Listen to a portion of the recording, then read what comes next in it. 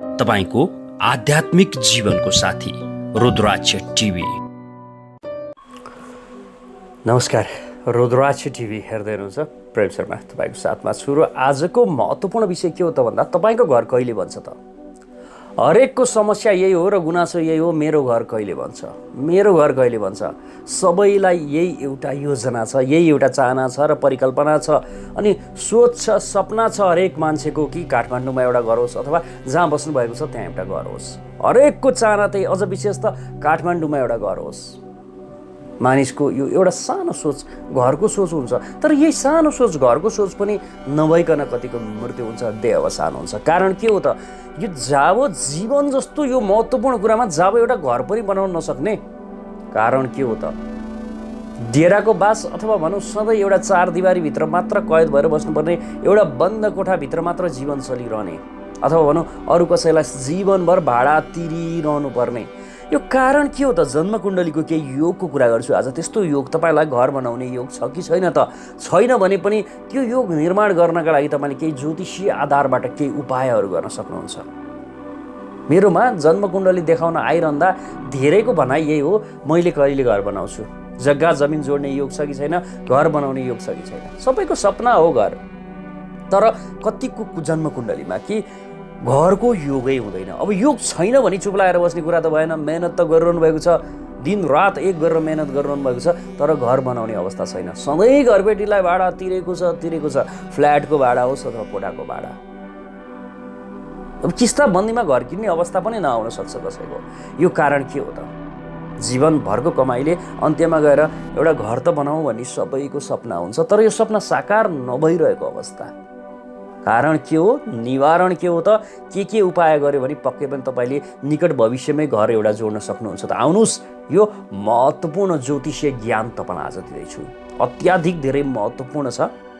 किस्ताबन्दीमा घर किन्ने सपना हुनसक्छ अथवा होइन, एकैचोटिमा म घर बनाउँछु अथवा किन्छु, यो अवस्था हुनसक्छ। के ग्रहहरूले गर्दाखेरि रोकिएको अवस्था हुन्छ त? आउनुहोस्, म चर्चा गर्छु। कतिपय मानिसहरू यस्ता पनि हुन्छन् कि घरकै काम गर्छन्, घर बनाउने बेच्ने नै काम गर्छन्, तर आफ्नो भने घर हुँदैन। किन त भन्दा जन्मकुण्डलीमा घर योग नभएको कारणले। काम घर सम्बन्धीकै गर्यो तर घर छैन। बुझ्नु होला है? कतिले चाहिँ अब किस्तामा घर किन्छु भनेर किस्ता तिरिरहेको अवस्था, तर जुन कामको पैसा आउँछ त्यो पैसाले म यो किस्ता तिर्छु भनिरहेको त्यो कामै छुटेको अवस्था पनि हुन्छ, त्यो बिजनेसै छुटेको अवस्था पनि हुन्छ। यो किन त भन्दा योग नभएको खण्डमा। कस्तो कस्तो योग भयो भने चाहिँ तपाईँको घर किन्ने अवस्था आउँछ त? आउनुहोस्, म त्यो जन्मकुण्डलीको चर्चा गर्छु। यदि तपाईँको पनि कुण्डलीमा यस्तो छ भने चाहिँ तपाईँलाई घर योग छ। यदि छैन घर योगै भने पनि केही ज्योतिषीय उपायहरू हुन्छन्। समस्या छ त समाधानको बाटो पनि छ। आउनुहोस्, बाटोतर्फ लाग्छु है। जन्मकुण्डलीको चौथो भाव अर्थात् फोर्थ हाउस, जसलाई सुखको कारक मानिन्छ, आमाको कारक मानिन्छ, छातीको कारक मानिन्छ भने भौतिक सुख सुविधाको कारक मानिन्छ। सुखको कारकै चौथो भाव हो। घर, वाहन, मोटर, गाडी, आमा यावत चिजहरू, सुख यावत चिजहरू चौथो घरबाट हेरिने। अब चौथो घरमा योग छ कि छैन त? सबैभन्दा पहिलो कुरा यही हो है।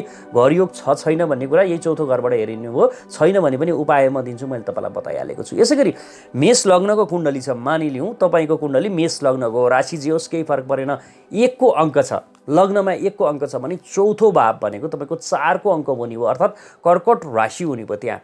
त्यही चन्द्रमा बसेको छ चौथो भावमै। यदि मेष लग्नको कुण्डली छ र चौथो भावमै चन्द्रमा बसेको छ भने बुझ्नुहोस् कि त्यो राशि चन्द्रमा हो। तपाईँलाई घर योग मजाले छ। कहिले दिन्छ त घर योग भन्दा चन्द्रमाको दशा चल्दा।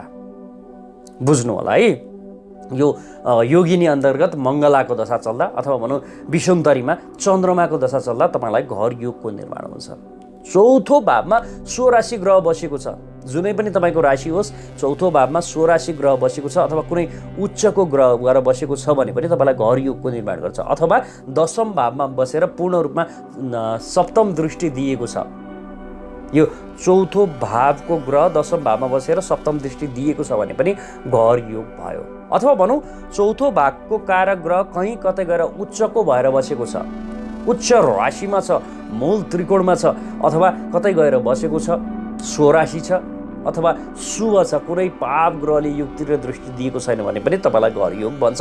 अब घर योग कहिले आउँछ त भन्दा त्यही ग्रहको दशा अन्तर्दशामा अथवा योगिनी दशाको समयमा तपाईँलाई घर योग आउँछ। त्यो बेलामा तपाईँको अवश्य पनि घर बन्छ। घर घडेरी जग्गा जमिन जोड्ने समय तपाईँको आउँछ, बुझ्नुहोला। तर यो घर योग हुँदा हुँदै पनि मङ्गल कुनै पनि हालतमा अशुभ हुनु भएन। यदि मङ्गल अशुभ छ भने मङ्गल भनेको पृथ्वी फुटेर बनेको ग्रह हो, माटोको कारक हो, त्यही माटोमा घर बनाउने हो, जमिनमा। अनि मङ्गल दूषित छ भने चाहिँ तपाईँलाई घर बनाउन गाह्रो हुन्छ। मङ्गल 12औं भावमा छ, 12औं भावको तपाईँ माङ्गलिक हुनुहुन्छ, अनि त्यहाँ मङ्गल नीचको अवस्था छ, अथवा राहुसँगको युक्ति र दृष्टिमा छ, अथवा शनिसँगको युक्ति र दृष्टिमा छ, अथवा नीच भएर अष्टम भावमा मङ्गल गएर बसेको छ, अथवा अष्टम भावको मङ्गलसँग राहु छ, शनि छ। यस्तो अवस्था हो भने चाहिँ तपाईँलाई योग हुँदा हुँदै पनि गाह्रो बनाउँछ, भएको घर पनि बेच्नुपर्ने स्थितिको सृजना गर्छ।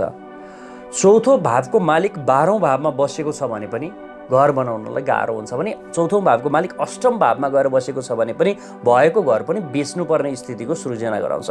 कतिपय अवस्थामा बुवाले बनाइदिएको घर दाजुभाइले बेचेर अंश लगाउने र अंशबाट आएको थोरो पैसाले थोरै जग्गा किन्ने अनि भाडामा बसिरहने हो, यस्तो स्थितिको सृजना हुन्छ, बुझ्नु होला है। चौथो भावको मालिक 12औं भावमा अथवा अष्टम भावमा गएर बसेको छ भने त्यो तपाईँ आफैले पनि परीक्षण गर्न सक्नुहुन्छ, अथवा थाहा छैन भने यो जन्मकुण्डली तपाईँले देखाउन सक्नुहुन्छ।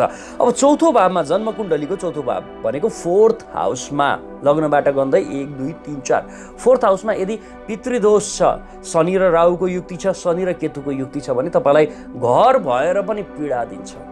बाबुबाजेको घर त होला तपाईँको, तर त्यही घरमा कलह, किचलो, सपना नराम्रो देखिने, तनाव, डाहा औडाहा बनाइदिन्छ त्यही घरमा पनि। यदि ग्रहण योग परेको छ, सूर्य र राहु ती छ, चन्द्रमा र केतु ती छ भने पनि तपाईँलाई भएको घरमा पनि किचलो हुन्छ, घर नबसौँ जस्तो बनाइदिन्छ। मङ्गल र राहुको योग छ भने पनि घरमा दाजुभाइ बीच लफडा मारामारी, यो अंश मुद्दा चलेको चले गर्छ, बुझ्नु होला है। र मङ्गल र शनि छन् भने द्वन्द्वात्मक अवस्था बनाइदिइरहन्छ। यसरी औँसीको चन्द्रमा गएर चौथो भावमा बसेको छ भने आमासँग समस्या आउँछ, घरै बस्न मन लाग्दैन, बुझ्नु होला है।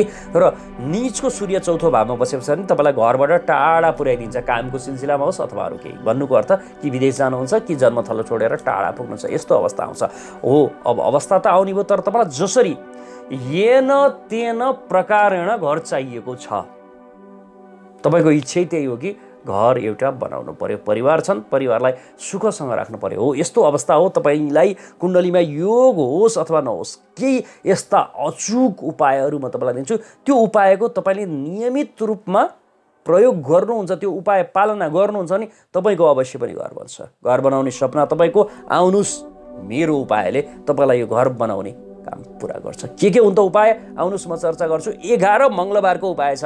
तपाईँले अनिवार्य रूपमा 11 मङ्गलबार गर्नुपर्छ। त्यो 11 मङ्गलबार तपाईँ के गर्नुहोस्, पूर्ण रूपमा शुद्धता, यो जुन तपाईँको शारीरिक सम्बन्ध छ अथवा भनौँ ब्रह्मचर्यको पूर्ण रूपमा पालना गर्नुपर्छ। तपाईँले यो 11 मङ्गलबार माछा, मासु, लसुन, प्याज जस्ता चिजहरू नखानुहोस्। मैले भन्दै आएको तामसी र राजसी भोजन ग्रहण नगर्नुहोस् तपाईँले 11 मङ्गलबारसम्म। र हरेक मङ्गलबार के गर्ने त गणेशको मन्दिरमा जाने र गुड भनेको सक्खर र गहुँ गणेश भगवानलाई चढाउने र आफ्नो कामना के हो त त्यो कामना गणेश भगवानलाई सुनाउने। यो 11 मङ्गलबारसम्म गर्नुहोस्, पक्कै पनि तपाईँको यो घर बनाउने कामना पुरा भएर जानेछ। यो बाहेक अर्को उपाय तपाईँले गर्न सक्नुहुन्छ। हरेक शनिबार के गर्नुहोस् त भन्दा हप्ताको 2 बार गर्नुपर्छ। शनिबारको कुरा गर्छु। हरेक शनिबार कालो घोडालाई चनाको दाल खुवाउनुहोस् अथवा चना खुवाउनुहोस्, बुझ्नु होला, चनाको दाल अथवा चना खुवाउनुहोस् हरेक शनिबार कालो निखर कालो घोडालाई। र यो शनिबार खुवाइरहँदा तपाईँले अर्को काम मङ्गलबारको काम पनि के गर्नुपर्छ भने हरेक मङ्गलबार बाछो सहितको गाईलाई मुसुरोको दाल खुवाउनुहोस्। मङ्गलबार बाछो सहितको गाईलाई मुसुरोको दाल खुवाउने, बुझ्नु होला। र हरेक शनिबार चनाको दाल अथवा चना नै घोडालाई खुवाउने। यो चाहिँ तपाईँको जबसम्म घर बन्दैन तबसम्म नित्य रूपमा गरिरहनु पर्यो।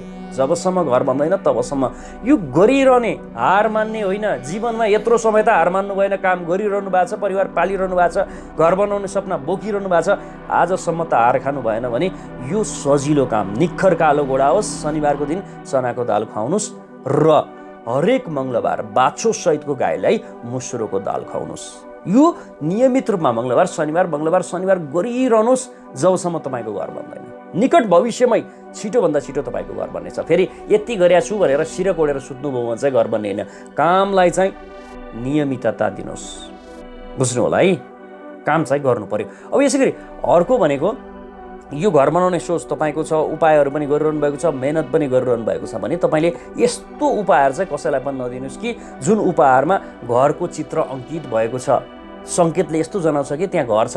हो यस्तो उपहारहरू कुनै घरकै जस्तो चिन्ह भएको उपहार कसैलाई नदिनुहोस्, अथवा कुनै तपाईँले गिफ्ट दिँदै हुनुहुन्छ त्यो गिफ्टमा चाहिँ घरको जस्तो चिन्ह छ भने त्यो उपहार चाहिँ नदिनुहोस्।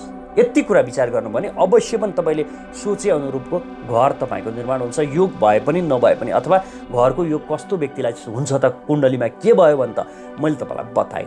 आज महत्त्वपूर्ण ज्ञान, यो दुर्लभ ज्ञानहरू म तपाईँलाई दिन्छु मित्र, सामान्य ज्ञानहरू होइन। साढे साथीले के गर्छ अथवा चाहिँ यो सामान्य सबैको बुझाइको विषय हो। पिपलमा पानी कसरी चढाउने, यावत यी सामान्य विषयहरू, सामान्यभन्दा फरक विषयहरू म तपाईँका लागि राख्छु। आज पनि यस्तै एउटा ज्ञान राखेको छु। हेरो साथ दिनुभयो, धेरै धेरै धन्यवाद। प्रेम शर्मा बिदा हुन्छु, नमस्कार। तपाईँको आध्यात्मिक जीवनको साथी रुद्राक्ष टिभी।